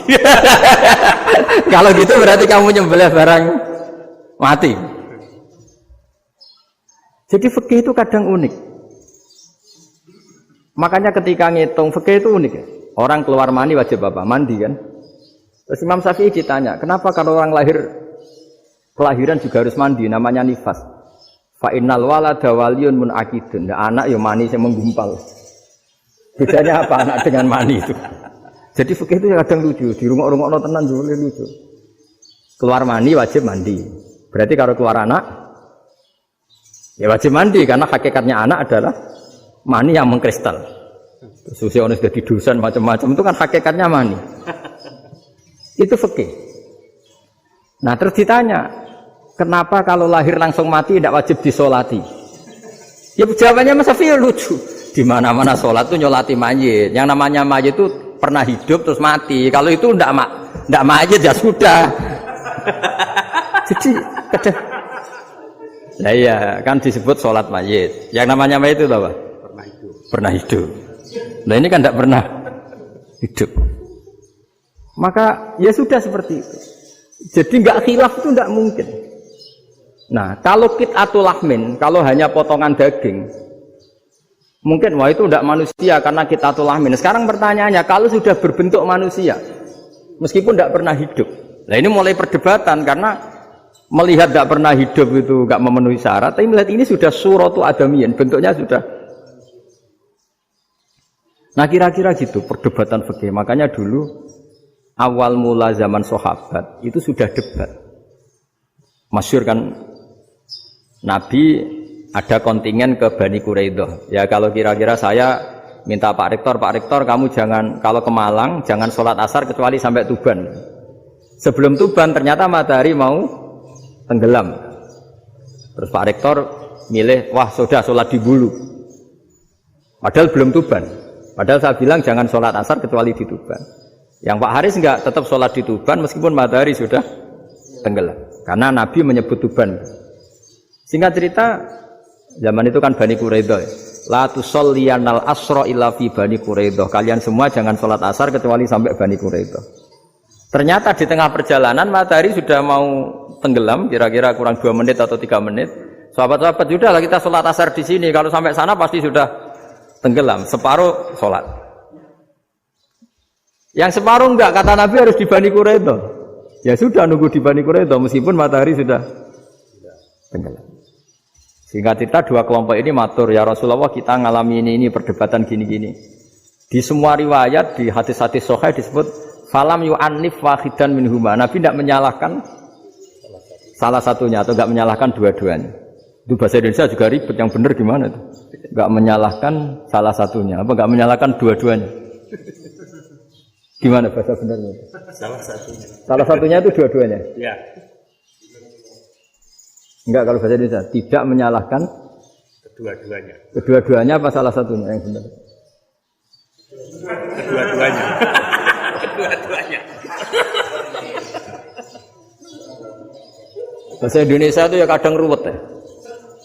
Orang pinter kayak Pak Habibie itu namanya ya orang luar biasa. Nanti sekolahnya orang-orang idiot itu ya sekolahan luar biasa. Orang pinter banget bahasa Indonesianya ya luar biasa. Kalau sekolah untuk orang-orang yang idiot juga luar biasa. Jadi kalau dipuji luar biasa itu gak jelas ini luar biasa ya. Gak jelas kadang bahasa kita ini kadang ya gak jelas. Nah itu gak menyalahkan dua-duanya apa salah satunya? Keduanya, tidak menyalahkan kedua-duanya. Misalnya dibahasakan nggak menyalahkan salah satunya, benar apa salah? Benar. Benar, ya sudah benar semua. Jadi itu bukti bahwa ijtihad itu boleh. Saya ulang lagi, bukti bahwa ijtihad itu boleh. Padahal ini jelas, yang satu harus sholat asar, padahal matahari sudah tenggelam. Makanya di antara fikih unik itu begini. Saya ulang lagi fikih unik. Saya menyaksikan betul ketika ada orang tanya Mbah Mun saya ini Kopassus. Kadang latihan itu sampai waktu zuhur habis. Saya harus bagaimana? Jawabnya Mbah Mun itu unik. Sementing ojo ngosor sholat. Engkau yojo niat jamak. Atok kodok kata. Singkat cerita terus orang ini diskusi sama saya karena ini ya alim pernah mondok. Kenapa kosor tidak boleh? Karena kosor itu ekstrim, merubah bentuk sholat dari 4 menjadi 2. Maka alasannya harus jelas. Harus jelas itu orang yang latihan di Kopassus itu kan dia sudah berasrama di situ. Berarti dia sudah tidak musafir karena asramanya di situ, sudah mukim. Kalau dia kosor itu merubah bentuk sholat dari 4 menjadi 2. Merubah itu ekstrim. Tapi kalau dia qadha itu hanya mengakhirkan sholat dari waktunya. Kira-kira kalau kamu jadi malaikat, ekstrim mana? Merubah sama menunda? Ekstrim merubah kan? Karena 4 menjadi 2. Terus ojo jamak takdim, tapi jamak takhir. Itu juga penting. Bagi pengkaji fikih itu penting. Kalau jamak takhir itu salah-salah sithik ora pati popo. Kenapa? Kan mirip zuhur qadha. Kalau jamak takhir kan, tapi kalau jamak takdim asar kok di waktu zuhur. Ekstrim mana? Perubahan takhir sama takdim itu ekstrim mana? Ekstrim takdim karena melakukan sesuatu belum waktunya. Belum waktunya. Jadi itu memang, ya memang tadi kajian-kajian fikih itu memang unik. Karena bagi ahlinya, saya ulang lagi, tapi ini saya ulang lagi bagi ahlinya. Makanya ketika Nabi menjamak sholat ketika nusuk, ketika haji itu kata Imam Syafi'i lis safar. Karena Nabi pergi jauh karena rumahnya Madinah. Tapi resikonya fatwa itu adalah orang Mekah nggak boleh jamak karena kawasannya nggak sampai 90 kilo lah kalau sekarang mungkin. Tapi kalau tahu Imam Malik nggak, jalin nusuk sehingga orang Mekah pun yang haji ya boleh jamak karena alasan jamaknya karena nusuk, karena haji bukan karena jarak. Terus diteruskan lagi. Kalau karena pergi boleh jamak, memangnya pergi itu kenapa? Karena repot. Nah itu masalah kan masyakoh. Nah, terus mulai ada orang-orang yang ngawur kan, resepsi jamak, ribet. Wes resepsi duit utangan kan capek. Wah itu sudah jamak. Ribet kan. Jadi kalau sudah illatul hukmi itu sudah mesti bikin masalah. Kalau sudah illatul hukmi itu pasti bikin masalah. Nah, pertanyaannya, jamak itu masih gampang karena bentuknya sholat masih 4. Yang ekstrim kalau qasar karena bentuk sholat 4 menjadi 2. Maka kata Mbah Mun pesennya, nak kue ra mesti bener, jika alasan itu tidak mesti benarnya. Pokoknya sementing tidak qasar. Juga tidak jamak takdim karena qasar ini kan merubah bentuk sholat kan ekstrim. Jamak takdim juga ekstrim karena mendahulukan sholat sebelum waktunya. Kalau jamak takhir kan biasa, kalaupun salah kan mirip kodok. Ya mirip kodok biasa kan. Nah ini saya cerita, jadi fikih itu bagi ahlinya itu memang punya konsekuensi yang seperti itu. Makanya pertanyaannya misalnya, bagaimana hukumnya penyembelihan lewat mesin? Ya ribet kan. Bagaimana nyembelih dari apa ini? Belakang. Saya baca di kitab-kitab nyembelih dari belakang itu ya hukumnya tetap boleh asal apa itu hulkum dan mari itu terpotong. Tapi pertanyaannya, jangan-jangan ayamnya sudah kaget dulu karena uratnya ini. Makanya perlu ditanya ahli medis, setelah uratnya tercabut ini jangan-jangan sudah berstatus mati. Kan potensi ketika dipotong dari sini, potensi sudah berstatus mati. Makanya, nah kalau misalnya menyembelih dengan dibocok, itu langsung mati juga. itu tetap ada dokhtoh. Kalau dalam bahasa fikih dokhtoh. Dia terkaget, duk gitu. Ada dokhtoh karena nggak bisa bernafas terus mati. Berarti kelangsungannya bangkai. Jadi orang yang pengkaji fikih itu ya seperti itu. Memang itu yang ditekuni. Tapi kita sebagai orang awam ya tadi. Nak sing kecelakaan iku wedhus ta ayam jago ngeman, tapi nak pitik cilik ikhlas.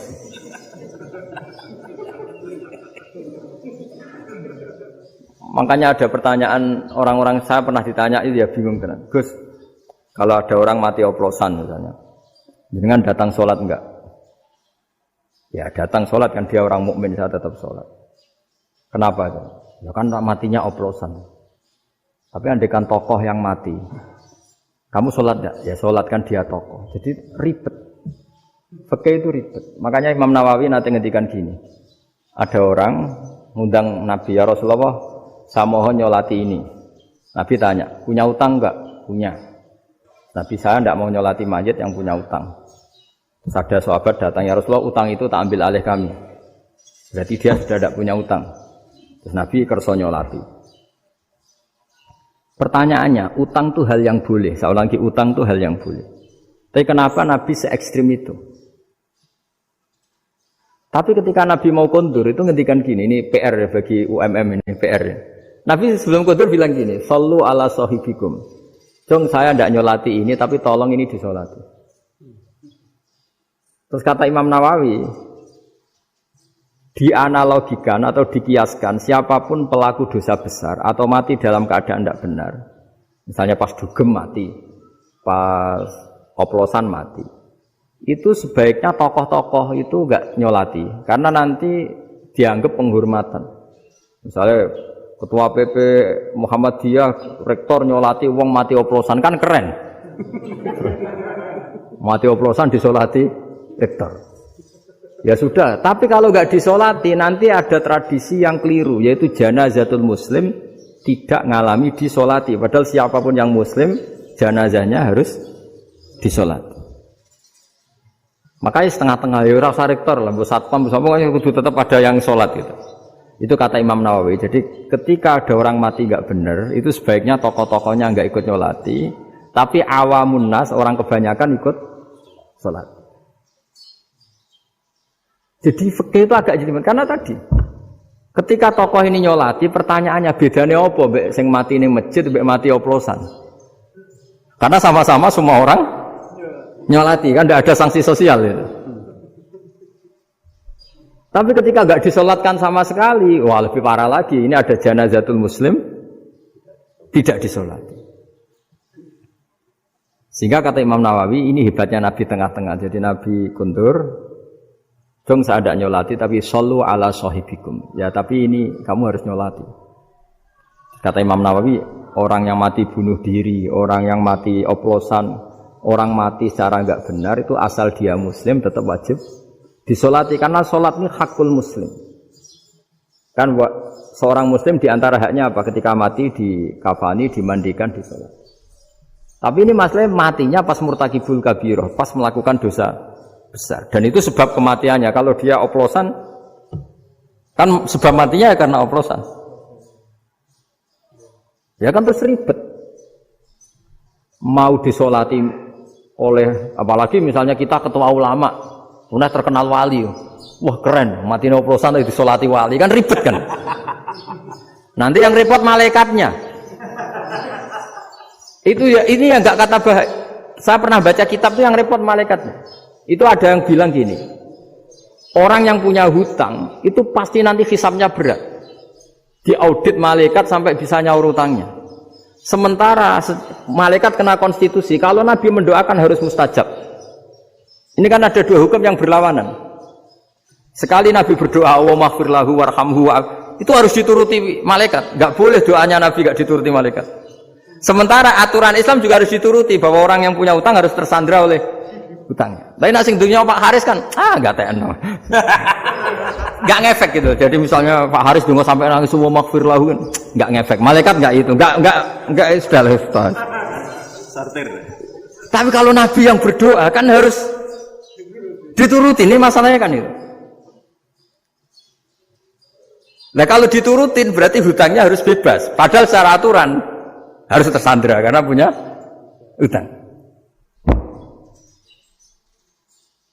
Dan nanti sama kalau yang mati oplosan ini yang doain wali, kok wali sampai Allah maghfirlahu. Doanya wali kan harus terkabul. Sementara secara hukum dia harus kena sanksi karena oplosan tadi. Daripada ngerepotno malaikat, sudahlah wali-wali ini tidak usah ikut nyolatin. Yang nyolati ya orang-orang nggak jelas ini sehingga kan malaikat kan santai aja kalau mau nyiksa. Loh tapi kan sudah didoain, nggak ngefek. Doanya orang-orang nggak penting. Itu ada tuh di sarah Muslim itu. Di sarah Muslim di bab ketika Nabi ngintikan babu qauli Rasulullah sallallahu alaihi wasallam sallu ala sahibikum. Jadi belajar fikih itu asik. Karena tadi harus dipelajari. Kalau enggak, ilmu ini hilang. Terus nanti takutnya lagi ilmu fikih itu direduksi sosial. Misalnya gini, pepe wong cilik wae kiai-kiai ra gelem nyolati. Orang melihatnya ini karena yang oplosan wong cilik om larat ra disolati. Jajal bupati ya disolati, mergo amplope gede-gede kan terus ruwet kalau dianalisis itu kan ruwet. Makanya kenapa saya harus ngomong fikih supaya semuanya itu enggak didudukkan urusan sosial itu. Nah kalau semuanya didudukkan sosial kan sentimennya sentimen sosial. Ribet. Padahal yang sering mati oplosan itu kan ngomong cilik gitu loh. Karena tadi. Kalau wong sugih kan pakai whisky yang mahal yang insya Allah tidak mati kan gitu. Nah, yang mati kan ya mergo Bertos macam-macam itu kan. Artinya ini kalau nggak diterangkan secara fikih, kiai-kiai yang nggak datang dikira masalah sosial kan. PP salam tempel era gede terus enggak datang kan terus jadi ribet. Ya makanya ini apa lewat pengajian ini supaya sampean lebih tahu ya bahwa khazanah Islam ini kata beberapa ulama kaafatal linnas, maknanya semuanya sehingga Allah akan mentakdirkan kajian Islam akan ada di seluruh dunia. Jadi kenapa IAIN marak di Indonesia, UMM, Universitas NU banyak karena agama ini kaafatal linnas, tidak miliknya orang Arab tapi milik semua. Orang alimnya juga gitu. Ketika ada liga alim seluruh dunia, itu orang Indonesia, orang Afrika, ya selalu ada orang alim yang kelas dunia. Seperti dulu ada Imam Bukhari, itu as-sakhul kutub ba'da kitabillah. Kitab terbaik setelah Quran itu Bukhari. Padahal dikarang oleh orang Uzbek. Kata siapa? Islam As-Sobyan, ada orang Arab ngakui kalau kitab paling sahih itu Bukhari. Mekah Madinah pun ngakui kalau kitab paling sahih Bukhari. Padahal pengarangnya ada orang Arab. Orang mana? Uzbek. Imam Ghazali yang diakui seluruh dunia itu Atos itu ikut Persia. Juga bukan orang Arab. Sibawah ya orang Persia. Nah, ini yang belum ada orang Malang ini, tinggal PR ini. Ya, nyusul ya.